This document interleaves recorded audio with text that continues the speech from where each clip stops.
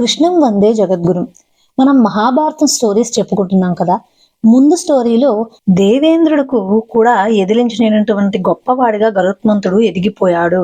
గరుత్మంతుడు అమృతం కోసం స్వర్గానికి వస్తున్నాడన్న విషయాన్ని దేవేంద్రుడు బృహస్పతి ద్వారా తెలుసుకున్నాడు. అప్పుడు సప్తఋషులకి అనుమానం వచ్చింది. అదేమిటి, దేవేంద్రుడు కూడా ఈ గరుత్మంతుడిని ఎదిరించలేడా అనే అనుమానాన్ని వాళ్ళు సూతుడి దగ్గర వ్యక్తపరిచారు. అప్పుడు బృహస్పతి ఇంద్రుని యొక్క సంవాదాన్ని చెప్తూ ఇలా చెప్తున్నాడు అనమాట. ఆ మాట చెప్పగానే ఇంద్రుడు ఇలా అన్నాడు, గురువర్య, నేను కూడా ఎదిరించలేనా? అది విన్న బృహస్పతి ఇలా అవును, అది నీకు కూడా తెలుసు, నువ్వు మర్చిపోయావేమో. కశ్యప ప్రజాపతి పుత్రకామేష్టి యజ్ఞం చేస్తున్నప్పుడు దేవతలందరితో నువ్వు కూడా కలిసి వెళ్ళి అతనికి కావలసిన సదుపాయాలను చేస్తున్నావు. అలాగే వాలకిల్య ఋషులు అతని యజ్ఞానికి సహాయపడాలి అనుకున్నారు. నువ్వు నీ బలానికి తగ్గట్టుగా పెద్ద పెద్ద వృక్షాల మానులు మోసుకుని తీసుకొచ్చావు. నీలో ఏ అలసట లేదు. వాలకిల్యులు మన చేతి బొటన వేలంత మనుషులే ఉంటారు కాబట్టి వాళ్ళు ఏమాత్రం ఎక్కువ బరువుని మొయ్యలేరు. వాలకిల్యులు నిరంతరం ఉపవాసం చేస్తూ తపస్సు చేస్తూ భగవద్చింతనలోనే ఉంటారు. వీళ్ళు చిన్న చిన్న గడ్డిపోచలు మోస్తూ అలిసిపోతూ ఆయాసపడుతూ ఆ యజ్ఞానికి వచ్చారు. వారిని చూసి నువ్వు హేళనగా నవ్వావు. అది చూసి వారు అవమానం చెంది, యుద్ధంలో ఎప్పుడూ విజయం పొందేవాడు, అణిమాది విద్యలు నేర్చినవాడు, అందరి వీరుల కంటే గొప్పవాడు, ఇంద్రుని కంటే 1000 రెట్లు బలం కలవాడు కశ్యపుడికి కొడుకుగా పుడతాడు అని పలికారు. మర్చిపోయావా? అది విని నువ్వు భయపడి కశ్యపుడిని వేడుకుంటే అతను వెళ్ళి వాలకిల్యులతో ఇలా అన్నాడు, ఋషులారా, ఇంద్రుడు 3 లోకాలను తన శక్తి సామర్థ్యాలతో పాలిస్తున్నాడు కదా. ఇప్పుడు ఇంకొక ఇంద్రుడు వస్తే అతని లోకాల పాలన తారుమారవుతుంది. అది బ్రహ్మ నియమాలకే విరుద్ధం కదా. దయచేసి మీ మాటల్లోని శాపాన్ని తీసివేసి వరాన్ని మాత్రమే మిగల్చండి అని కశ్యపుడు వెళ్ళి వాలకిల్యుల్ని వేడుకున్నాడు. అప్పుడు వారు, సరే, మా వాక్కులు వ్యర్థం కావు కశ్యప, నీ కొడుకు పక్షేంద్రుడు అవుతాడు, అంటే పక్షులందరికీ రాజు అవుతాడు. అలా పుట్టిన గరుత్మంతుడు ఇప్పుడు అమృతం కోసం వస్తున్నాడు అని చెప్పాడు బృహస్పతి. ఇది విన్న ఇంద్రుడు అమృతాన్ని కాపలా కాసేవారిని హెచ్చరించి గరుత్మంతుడు వస్తున్నాడు, ఎదిరించమని చెప్పి పంపిస్తాడు. ఆ అమృత రక్షకులు నిరంతరం అమృతాన్ని కాపాడుతూ ఉంటారు. గరుత్మంతుడు నిప్పు కణాలు విరజిమ్ముతూ వారి దగ్గరకు వచ్చాడు. గరుత్మంతుడు రెక్కలతో మొత్తం స్వర్గాన్నంతటినీ కప్పేసి చీకటిగా చేసి దుమ్ము రేగ్గొట్టేలా చేశాడు. ఆ దుమ్ముని వాయుదేవుడు పోగొట్టి మళ్లీ వెలుగొచ్చేలా చేశాడట. కానీ గరుడు ప్రతాపానికి దేవతాగణాలు హడలెత్తిపోయాయి. దిక్పాలకులు దిక్కులేక పారిపోయారట. ఎవ్వరూ ఎదిరించలేకపోయారు. గరుడు మళ్ళీ అమృత భాండాన్ని తీసుకుని ఒక్కసారిగా ఆకాశంలోకి ఎగిరి వెళ్ళిపోతున్నాడు. అంత అమృతాన్ని తీసుకుని దాన్ని ఒక్క చుక్క కూడా తను తాగకుండా నిజాయితీగా వెళ్ళిపోతున్న అతన్ని చూసి విష్ణుమూర్తి ప్రసన్నుడై దర్శనమిచ్చాడట.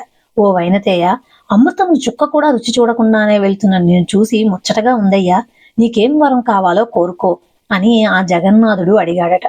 అది చూసిన గరుడు, ఓ రాక్షస సంహార, నిరంతరము నేను నీ సన్నిధిలోనే నీ సేవ చేసుకునే అదృష్టాన్ని మించిన వరం ఏమైనా ఉంటుందా? నాకు అదే ప్రసాదించు అని అలా వేడుకొనగా విష్ణుమూర్తి అదే వరాన్ని ఇచ్చి అదృశ్యుడయ్యాడు. అక్కడి నుంచి వెళ్లిపోబోతున్న గరుడుపైకి ఇంద్రుడు వజ్రాయుధం విసిరాడట. అంత వజ్రాయుధం మీదకు వస్తుండగా గరుడు, ఓ వజ్రాయుధమా, నీవు దధీచి మహర్షి వెన్నుముకతో చేయబడ్డావు కాబట్టి నేను నిన్ను గౌరవిస్తున్నాను. నీవు నన్ను పూర్తిగా ఏమీ చేయలేవు కనుక నా రెక్కలలో ఒక ఈకను తెంపి వెళ్ళిపో అంటూ ఆ వజ్రాయుధానికి నమస్కరించి అలా చేయగానే వజ్రాయుధం అతన్ని గౌరవించి అలాగే చేసి వెళ్ళిపోయింది. ఇది చూసిన ఇంద్రుడు ఆశ్చర్యపోయాడు. వెంటనే గరుడునితో, ఓ వైనతేయ, నీ వినయము వినమ్రత శౌర్యము చాలా అబ్బురంగా ఉన్నాయ్యా. నీతో నాకు స్నేహం చేయాలనుంది. అసలు నీకు మరణము ముసలితనం అనేవి లేనే లేవు. అటువంటి నీకు అమృతం ఎందుకయ్యా? అది పడరాని వారి చేతిలో పడితే వారికి అమృతత్వం వస్తుంది. అది సృష్టికే విరుద్ధం, బ్రహ్మ సూత్రాలకే విరుద్ధం. ఇక నీకు ఏం కావాలో చెప్పు, అది నేను చేస్తాను, కానీ ఈ అమృతాన్ని నాకు ఇచ్చేయి అంటూ ఇంద్రుడు కోరాడు. ఓ దేవేంద్ర, నేను ఈ అమృతము మాత కద్రో యొక్క కుమారులకు ఇచ్చి నా తల్లి వినతను దాస్య విముక్తురాలను చేయాలి. కాబట్టి ఇది వారికి విచ్చివేసిన తర్వాత, నా తల్లి దాస్యాన్ని పోగొట్టిన తర్వాత మీరు ఆ పాములు అమృతం తాగకుండా వచ్చి అమృతాన్ని తీసుకుని వెళ్ళిపోమని గరుడు సలహా ఇస్తాడు. అలాగే అని అపార పరాక్రమములు కలిగినటువంటి గరుడుని మెచ్చుకుని అతనికి ఏం వరం కావాలో కోరుకోమంటాడు ఇంద్రుడు.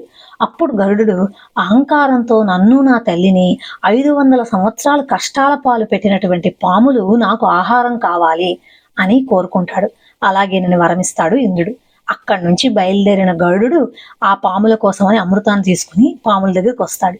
ఓ పాములారా, ఇదిగో అమృతం తీసుకోండి, నా తల్లి దాస్యం నుంచి విడిపించండి అని చెప్పి అమృత కలశాన్ని ఆ పక్కనే ఉన్న ఒక గడ్డి మేటు మీద పెడతాడు. మీకు అమృతం ఇచ్చినట్లుగా సూర్యచంద్రులు, అగ్నిదేవుడు, వాయువు సాక్ష్యం. ఇక మీరు వెళ్ళి స్నానం చేసి చక్కగా అలంకరించుకొని అప్పుడు వచ్చి ఈ అమృతాన్ని సేవించండి అని చెప్పి గరుడు వెళ్ళి వినతను దాస్య విముక్తురాలను చేసి అక్కడి నుంచి తీసుకుని వెళ్ళిపోతాడు. పాములు వచ్చి అమృతం సేవించేలోగా ఇంద్రుడు వెళ్ళి ఆ అమృత భాండాన్ని తీసుకుని వెళ్ళిపోయి తిరిగి అమృతాన్ని యథాస్థానంలో పెట్టేస్తాడు. పాములు వచ్చి చూసి అక్కడ అమృత భాండం కనిపించగా ఆ గడ్డి మేటు మీద కొంచెమైనా అమృతం పడి ఉంటుంది అనుకుని వాటిని నాకడానికి ప్రయత్నించడం వల్లనే పాములకు నాలిక రెండుగా చీలిపోయింది అని శాస్త్రంలో చెప్తారు. అప్పటి నుంచి పాములు 2 నాలుకలు కలవిగా మారిపోయాయి. అమృతం వాటి మీద పెట్టడం వలన దర్భలు పవిత్రమయ్యాయి. అందుకే కదా మనకి దర్భలు వేయమని చెప్తారు. ఎప్పుడైనా అపవిత్రమైన కార్యములు కానీ జరిగినా కూడా, లేదా గ్రహణ సంబంధమైన విషయాల్లో కూడా అది దీని వలనే వచ్చిందట.